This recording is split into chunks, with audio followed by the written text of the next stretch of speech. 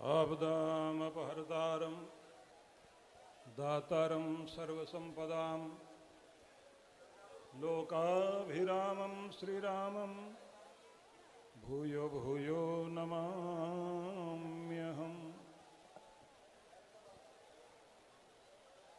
पवित्र मंच की गरिमा शोभा बढ़ाने वाले हमारे सभी पूज्य चरण संत जन,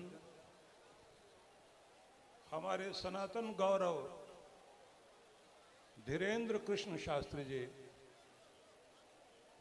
और हरियाणा प्रांत से दूर दूर से आए हुए सभी सनातन प्रेमी जन, आप सभी को बहुत बहुत वंदन और बहुत बहुत अभिवादन। इंद्रप्रस्थ से चलती हुई ये यात्रा हरियाणा के द्वार तक आई है। यह यात्रा सनातन के उदय की यात्रा है, सनातन के अभ्युदय की यात्रा है। जिस भूमि में भगवान श्री कृष्ण ने अवसाद को प्रसाद में बदला, उस हरियाणा की भूमि में जहां कुरुक्षेत्र में गीता का संदेश भगवान श्री कृष्ण ने दिया, जिस भूमि में भगवान ने मृत्यु से अमरता का वरदान दिया, उस हरियाणा भूमि में हम लोग हैं।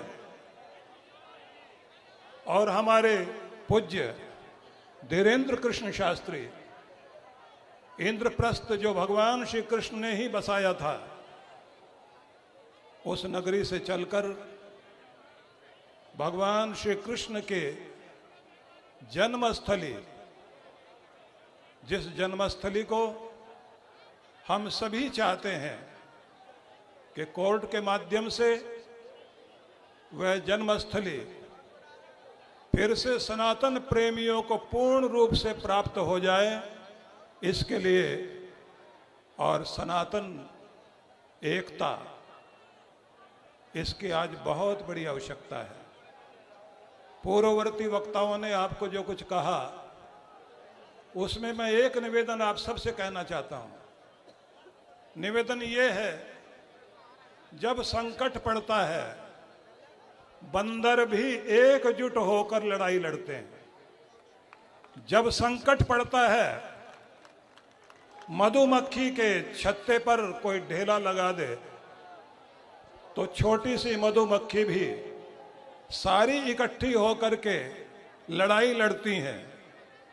जब संकट पड़ता है, कौवे भी इकट्ठे हो जाते हैं। तो क्या हम इनसे भी गए बीते हैं कि इकट्ठे नहीं हो सकते, एक नहीं हो सकते?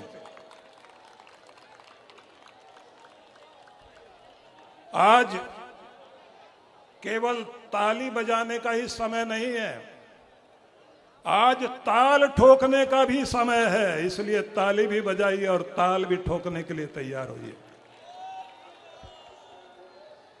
निवेदन करना चाहता हूं आप सभी से, आसमान से जब बूंद बरसती है, देखने में छोटी होती है, लेकिन जब सारी बूंदें मिलकर बरसती हैं तो नीचे नदियां बहने लग जाती हैं। भले ही आप बूंद बूंद हैं, लेकिन सारी बूंदें मिलकर के एक साथ बरसना शुरू करो। अब प्रेम की नदी बहनी चाहिए, एकता की नदी बहनी चाहिए, और ये नदी पूरे संसार को दिखा दे कि सनातन की शक्ति क्या है।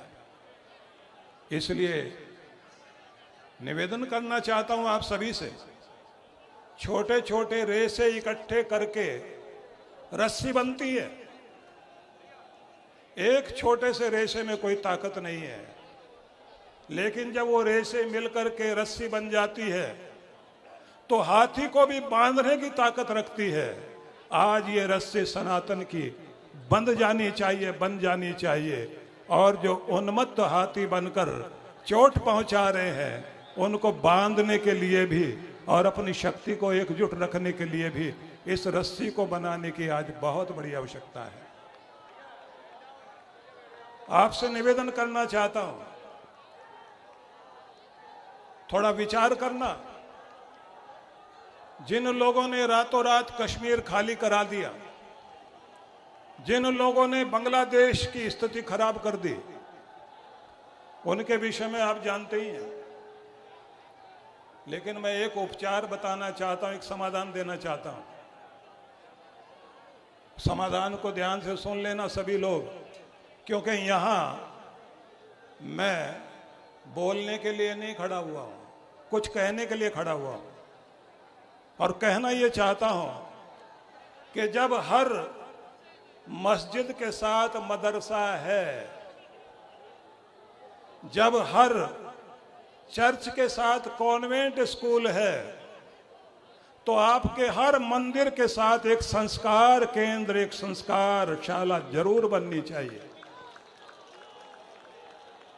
मैंने कुंभ के अवसर पर योगी आदित्यनाथ जी के सामने सनातन प्रेमी सभी साधु संतों के विषय में निवेदन करते हुए ये कहा था कि अगर सबके पास, साधु संतों के पास एक एक आश्रम है, अंग्रेजों ने हमारे 7 लाख गुरुकुल बंद किए थे,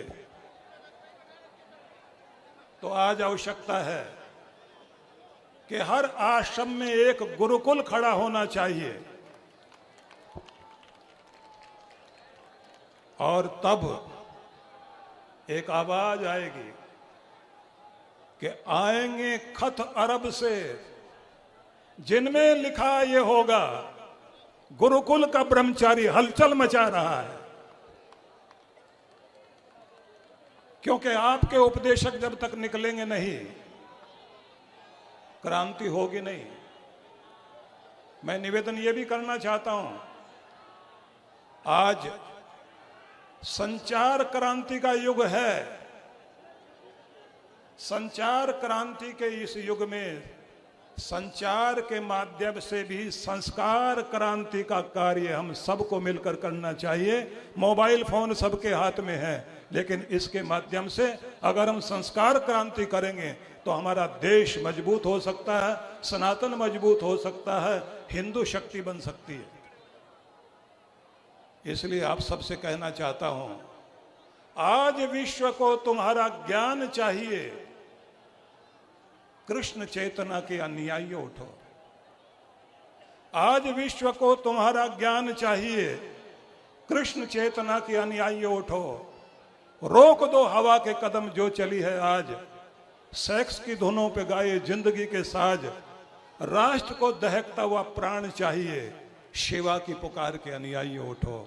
आज एक होने का समय है, मिलकर चलने का समय है। बहुत सारे वक्ता आपके सामने हैं, हम लोग रात दिन आपके सामने कुछ न कुछ कहते हैं, लेकिन आज जो मैंने निवेदन किया है, भारत देश सनातन धर्मी सबसे अधिक जिस ग्रंथ के आगे अपना माथा झुकाते हैं, हमारी गीता, हमारा वेद, ऋग्वेद के अंतिम सूक्त का पहला मंत्र संगच्छध्वम संवदध्वम संवो मनांसि जानता देवा भागम यथा पूर्वे संजानाना उपासते। कि यदि तुम अपने जीवन में स्वर्ग को, आनंद को, शक्ति और शौर्य को, समृद्धि और अभ्युदय को, अभ्युदय को प्राप्त करना चाहते हो, संगच्छध्वम, मिलकर चलना सीख जाओ।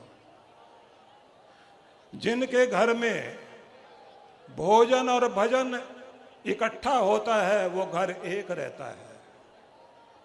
जो लोग मिलकर चलते हैं वो एक होते हैं, जिनके विचार एक होते हैं वो एक होते हैं। और जो भेदभाव को छोड़कर भाषा को, भूषा को, भोजन को, भजन को, भाव को, सबको एक रूप में अपनाते हैं, वो हमेशा एक होते हैं। और जो एक रहते हैं बस उन्हीं की जीत होती है। इसलिए ये याद रख लेना कि शक्ति जिसे कहते हैं, दुर्गा माँ, उनका सिर एक है, हाथ अनेक है, तब शक्ति बनती है।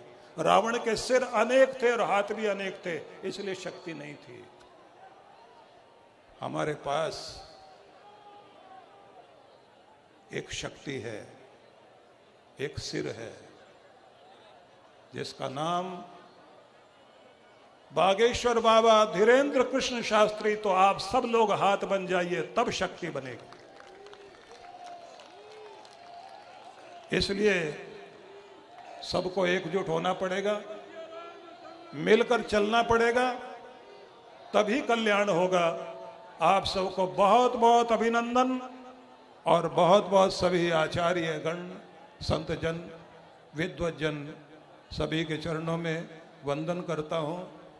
और एक तपस्वी राजूदास जी महाराज, जब इनका संदेश आया था, एक बार खड़े हो जाइए,